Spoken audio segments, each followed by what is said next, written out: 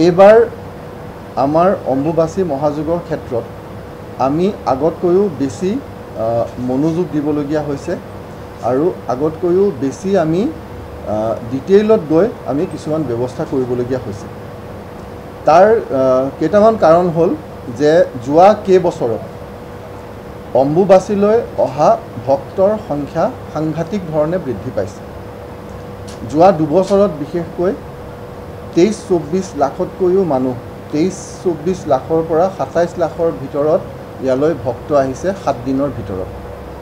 গতিকে এনেকুৱা এটা ইয়াত উদুলি মুদুলি পৰিৱেশ হয় আৰু এনেকুৱা এক বিশাল জনসমাগম হয় আৰু আমাৰ পাহাৰটো বা আমাৰ ৰাস্তা সৰু ঠেক আৰু তাৰ লগতে এইবাৰ আমাৰ প্ৰকৃতিয়েও আমাক এটা নতুন ৰূপ দেখুৱাইছে।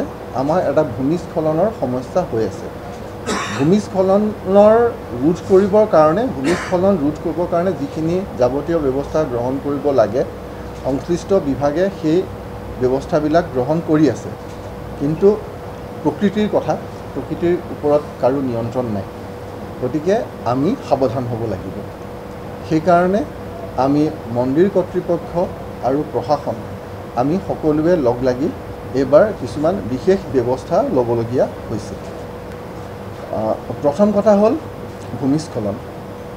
ভূমিস্খলনৰ ক্ষেত্ৰত ইয়াত আগতে দুটামান ঘটনা হৈ গৈছে আৰু সেই ঘটনাকেইটা কিবাকিবি গৈ হেণ্ডেল কৰা হৈছিলে, কিন্তু এতিয়াও ভূমিস্খলনৰ ভয়াৱহতাটো আছে। গতিকে আমি কোনো ভক্ত বা কোনো ৰাইজৰ জীৱন আমি বিপদাপন্ন কৰিব নোৱাৰোঁ। সেইকাৰণে এইবাৰ আমি সকলোৱে লগ লাগি এইটো আমাৰ সিদ্ধান্ত যে আমি নীলাচল পাহাৰলৈ জনসমাগমৰ ক্ষেত্ৰত আমি কিছু নিয়ন্ত্ৰণ আনিম। পুৱা 5 বজাৰ পৰা সন্ধিয়া 6 বজালৈহে আমি ভক্তসকলক নীলাচল পৰ্বতত উঠিবলৈ দিম। পুৱা 5 বজাৰ পৰা মানে 22 তাৰিখৰ পৰা পুৱা 5 বজাৰ পৰা সন্ধিয়া 6 বজালৈ এই সময়খিনিৰ ভিতৰতহে ভক্তসকল নীলাচল পৰ্বতত উঠিব পাৰিব।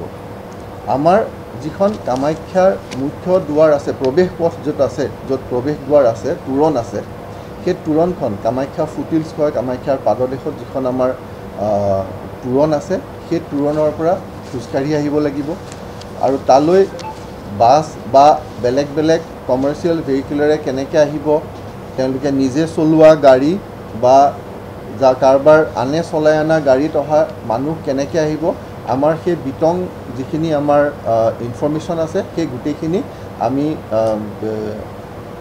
ষ্টেটমেণ্ট আকাৰে আমি যেনেকৈ ট্ৰেফিকৰ পৰা সদায় আমি প্ৰকাশ কৰোঁ, আমি কৰিম সকলোৰে জ্ঞাতাৰ্থে।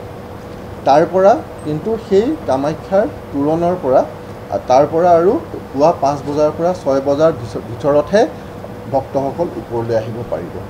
সেই কথাটো এইবাৰৰ আমাৰ অম্বুবাচীৰ আটাইতকৈ গুৰুত্বপূৰ্ণ কথা। গতিকে যিসকল ভক্ত আহিব খোজে তেওঁলোকে 6টা বজাৰ আগতে আহি সেই তোৰণ পাৰ হ'ব লাগিব। আৰু 6টা বজাৰ আগতে আহি গ'লে তেওঁলোক অহাৰ পাছত তেওঁলোকক ওপৰলৈ উঠি আহি তেওঁলোকে যেতিয়া পৰিক্ৰমা কৰি নামি যোৱাৰ যিখিনি সময় লাগে, যদি সেইটো হৈ যায় আমি ভাবিছোঁ যে মানে সেইটো কোনেও ইচ্ছা কৰি ৰৈ যাব নোৱাৰে।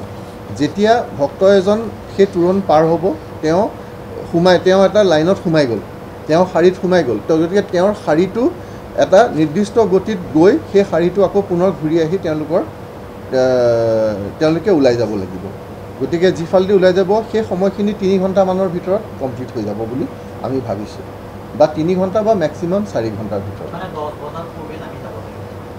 নহয়, আমিতো তাতকৈ আগতে কৰিবলৈ চাম। আমি যিমান পাৰোঁ সোনকালে মানুহখিনিক লৈ যাবলৈ চাম।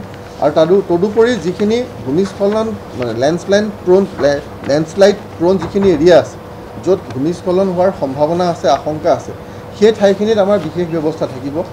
আমাৰ পুলিচ থাকিব, SDRF থাকিব, যাতে সেই ঠাইখিনিত আমি ভক্তসকলক আমি তৎক্ষণাত সেই ঠাইখিনি পাৰ কৰাব পাৰোঁ, বা ভগৱানে নকৰক কিবা এটা হ'লেও যাতে লগে লগে ব্যৱস্থা কৰিব পৰা যায়, সেই তাত বিহিত ব্যৱস্থা থাকিব। আৰু তদুপৰি এই সময়খিনিত আমাৰ বাৰে বাৰে আমাৰ দলৈ মহোদয়ে কৈছে যে এই যিখিনি অম্বুবাচী মহাযুগৰ সময়, এইখিনি আমাৰ সকলোৰে বিশ্বাস মায়ে এইখিনি সময় শান্তি বিচাৰে, মৌনতা বিচাৰে। গতিকে এই এটা হুলস্থুলীয়া পৰিৱেশ সৃষ্টি কৰাৰ যিটো এটা প্ৰৱণতা দেখা যায়, সেই হুলস্থুলীয়া পৰিৱেশ সৃষ্টি কৰিবলৈ আমি এইবাৰ নিদিম।